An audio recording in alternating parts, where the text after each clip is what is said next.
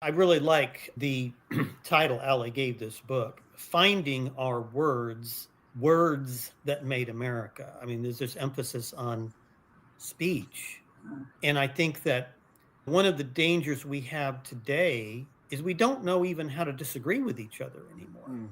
We don't know how to argue properly. We failed to educate Americans in how to deal with our disagreements. And we don't train people really in rhetoric in that classical sense anymore.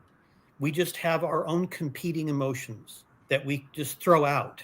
And that's the stick with which we want to beat our opponents. I think that the founding generation, certainly, and most previous generations understood that the proper use of words was what was going to be our protection. And we have stepped back from that. That's very worrisome to me.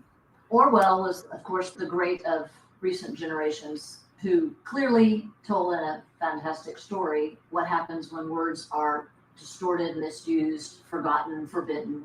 And it's not that we don't teach rhetoric, we don't teach elocution anymore. We don't even teach spelling and vocabulary anymore. We've gone all the way down to the bottom, and I say this all the time. It's like Anthony Esslin says, it's now communication in sublingual grunts. And I don't say that pointing a finger because that's the way I count myself in the mix.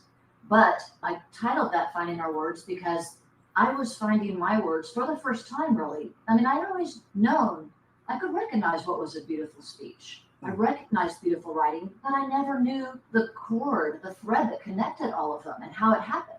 I just thought these were bursts of genius here and there, touched by God, which they might be that too. But there is a foundation of that. It's called classical education, essentially. And we cannot start at the top. We've already gotten to the bottom, so we've got to climb back up.